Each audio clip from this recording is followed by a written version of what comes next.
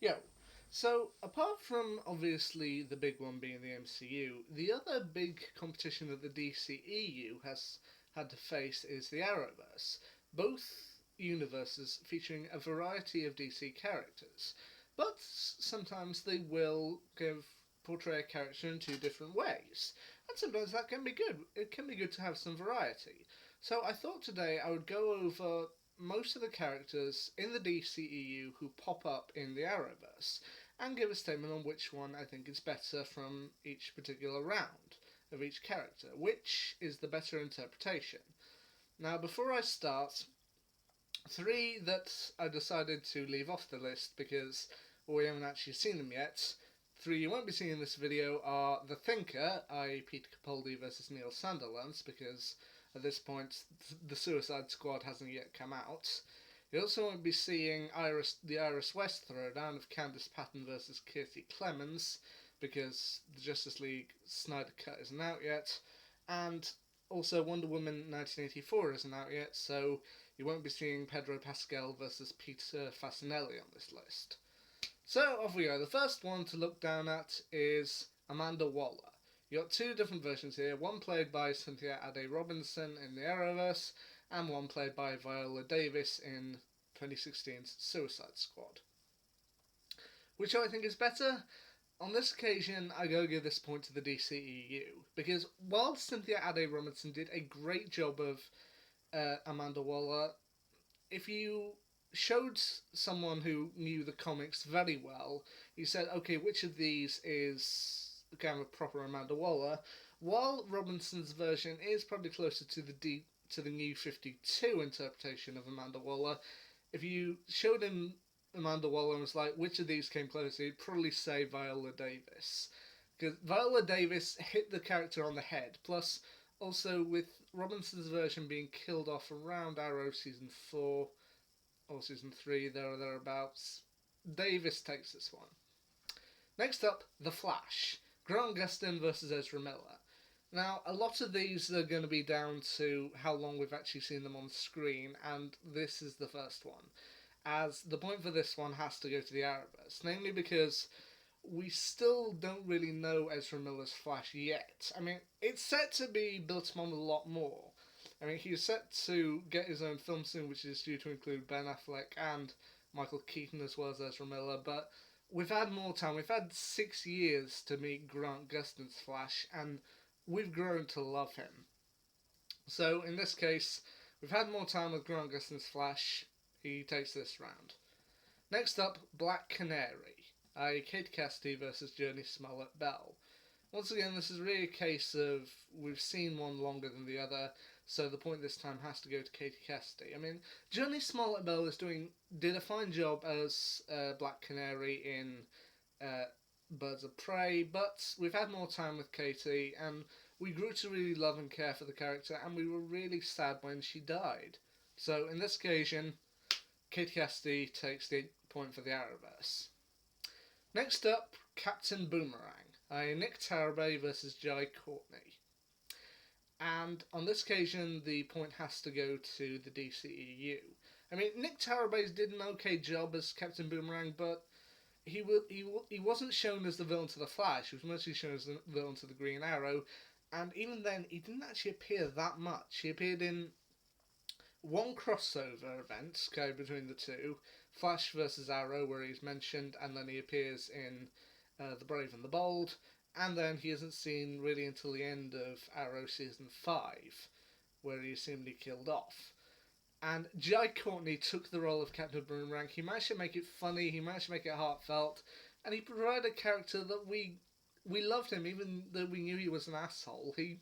We loved him for it. So Captain Boomerang, the point goes to the DCEU. For Superman, between Tyler Hoechlin and Henry Cavill, once again, I gotta give the point to Henry Cavill, mainly because although he has shown up and has proven himself to be rather a good Superman, we still haven't actually seen that much of Tyler Hoechlin. And that may be because he plays Superman here, and the kind of series that set it off was Supergirl, so they would want to focus more on Superman's cousin, Kara Zor-El. So it kind of makes sense that he doesn't appear much, but here it does take him down a point, and so the point goes to the DCEU with Henry Cavill. He was the basis character for the DCEU, and we grew for it. Next up, Deadshot. Michael Rowe versus Will Smith. And while this one might be controversial, I gotta give this one to Will Smith. I mean, no offense to Michael Rowe, he did a great job as the character of Floyd Lawton, but Deadshot for me, from what I read from the comics, he's supposed to be a ruthless assassin, but he's also supposed to be the family guy, a guy who cares deeply for his daughter. And while I do remember Rowe's scenes of being the ruthless assassin, I do remember one scene of him and his daughter, but I don't honestly remember it that much. Will Smith, I saw both sides of it. I saw the deadly assassin, but also saw the loving father. So, on this case, with the better Deadshot is the DCEU. For Deathstroke, you got Manu Bennett versus Joe Manganiello, and once again, it's a case of a bit more screen time, and so I gotta give it to Manu Bennett. Joe Manganiello at this point has only had one scene as Deathstroke, that being the post-credit scene at the end of Justice League. And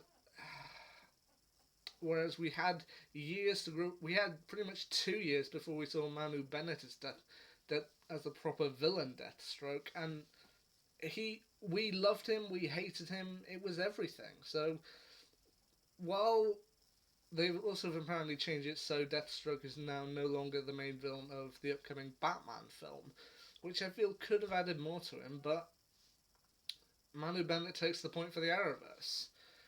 The Enchantress, Samantha Liana Cole versus Cara Delevingne.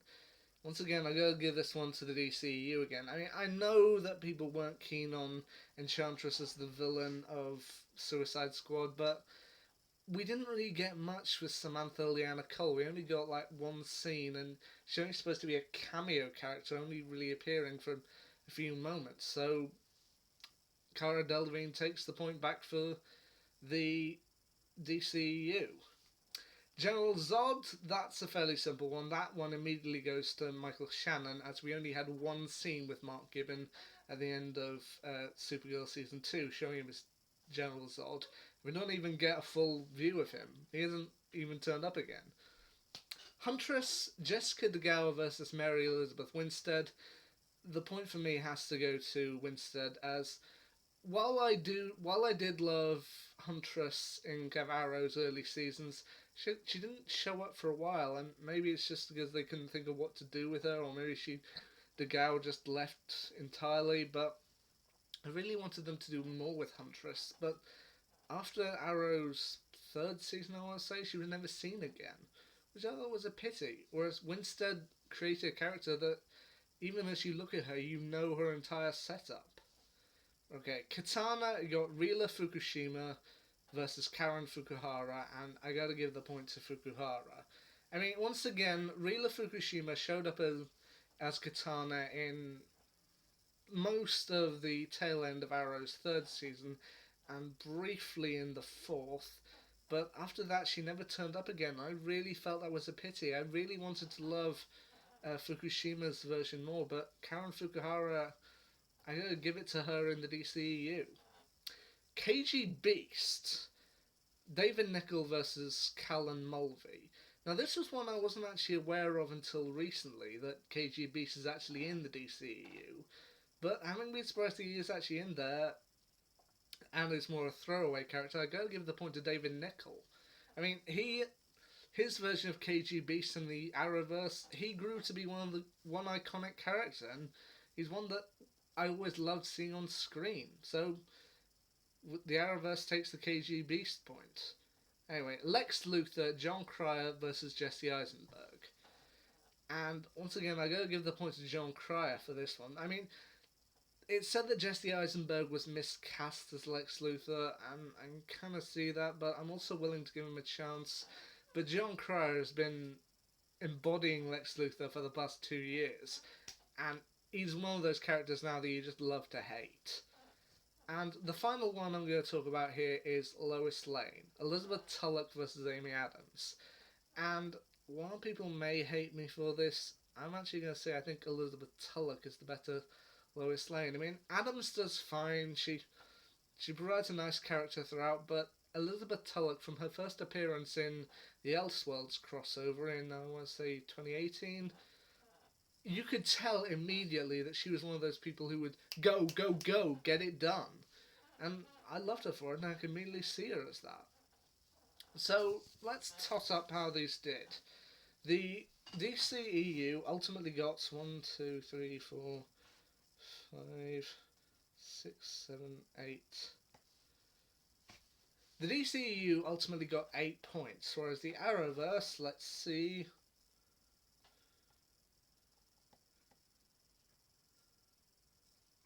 ultimately got 6 points. So, taking into account everything, they're about neck and neck. The DCEU slightly higher, but not by much. I mean, so far, the DCEU has portrayed 8 characters better, and the Arrowverse has done 6. Who knows what may come in the next few years? Maybe they might draw a level again. We'll have to wait and see. Anyway, that's my quick rundown versus of the DCEU versus the Arrowverse. Hope to see you soon. Anyway, see ya.